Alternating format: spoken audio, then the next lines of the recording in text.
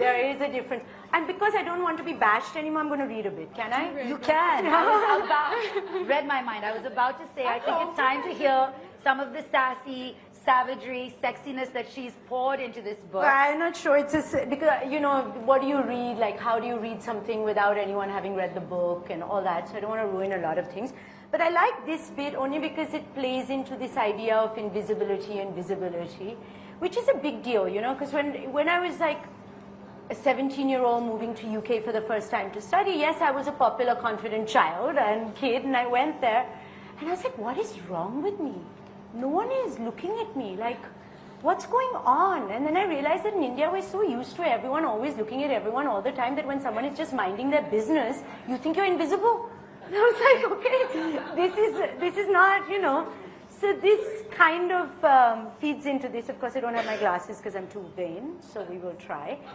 So this is Neera. I'm not going to tell you anything more, but she's got a secret, and she's trying basically to get back into her apartment, into her building. She has to cross the street with this secret to get back in there. And she's feeling rather visible. She always wants to be visible, but this is the one moment she wishes that she was invisible, right? So this is where she is. This was her neighborhood. They were all there.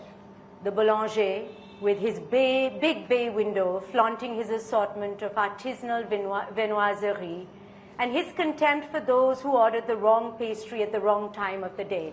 By the way, this has happened to me all the time.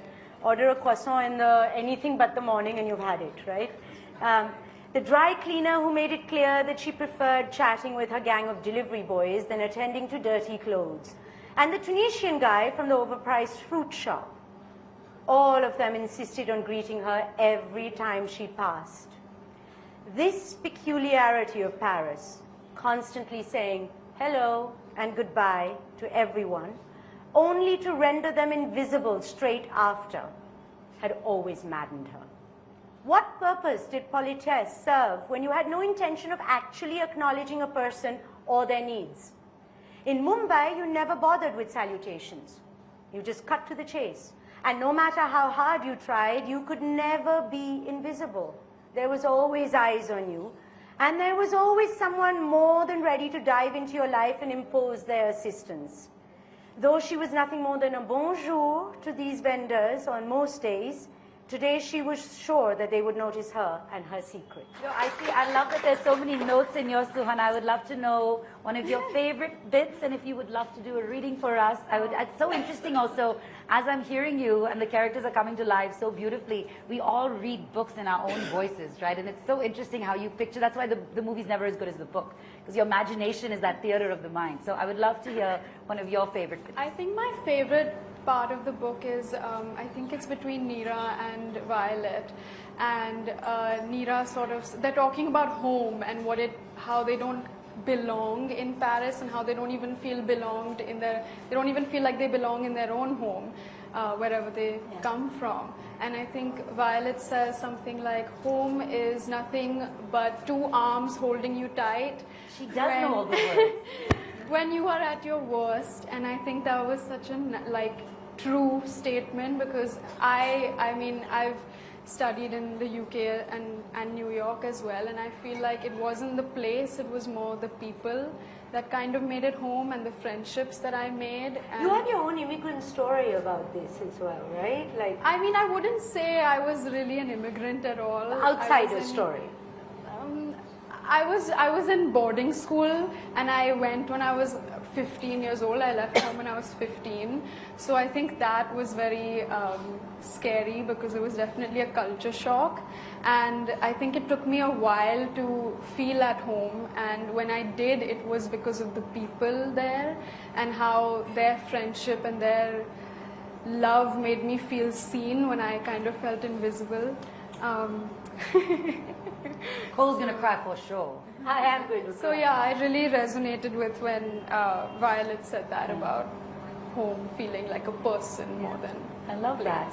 There's another line where this is the moment that they met, not to spoil it, but there's a line that you write that says, biryani brought them together, or biryani brings people together. and that's how that was their kind of first meeting, like their first meal together was Neera cooked them some biryani and they all were kind of eating biryani together. And when you wrote that, I got so excited because it's my favorite food, and like I need that line on a t-shirt because I was so There you go. Your book merch is ready. Who wants a t-shirt that says biryani brought us together? I'm in for that. Let's do it. Biryani brings people together. that was You're my right. favorite part of Oh it. yeah, but that is, I have to It say, was I so loved writing that part because there's a flood that happens. It's all happening in the same building. No one is there except these 4 women. They don't know that they kind of exist even. Everyone's busy. I don't want to ruin anything for you about that, but they're all busy. Neera is a bitch. I mean, she's really awful, right, to everyone and everything, but she's alone. And for whatever reasons, and then because these women are helping her with the flood, she's like, I made biryani, and that's not a dish you eat alone, you know. And it's literally like that. And then eventually, when you sit and you eat, they become buddies. All right, a vote of thanks. Yes, from Koel. I'd like to thank, obviously, these 2 wonderful women out here, Miss Malini, although I always call you Miss Malini. Miss Malini, always Miss Malini. Malini, thank you. Thank you for, you know, before we started today, I was like, oh really, where do I need to sit? I suddenly went into panic mode. I have done this hundreds of times, but when you're doing it for yourself, I'm like in panic, and she's like, I got you, babe, I got you. And this is friendship, right? And Suhana, who has come out of, you know, just stepped out of her comfort zone to be here with me, and you look so comfortable. Like, thank you. Thank you, Suhana, means the world. And we did, you know, I wrote in her book, can I share that? Yeah. I wrote in a book that we are now tied by destiny because she is helping me launch my debut novel. And she did her first ever shot on film with me. So we are tied by destiny. So thank you.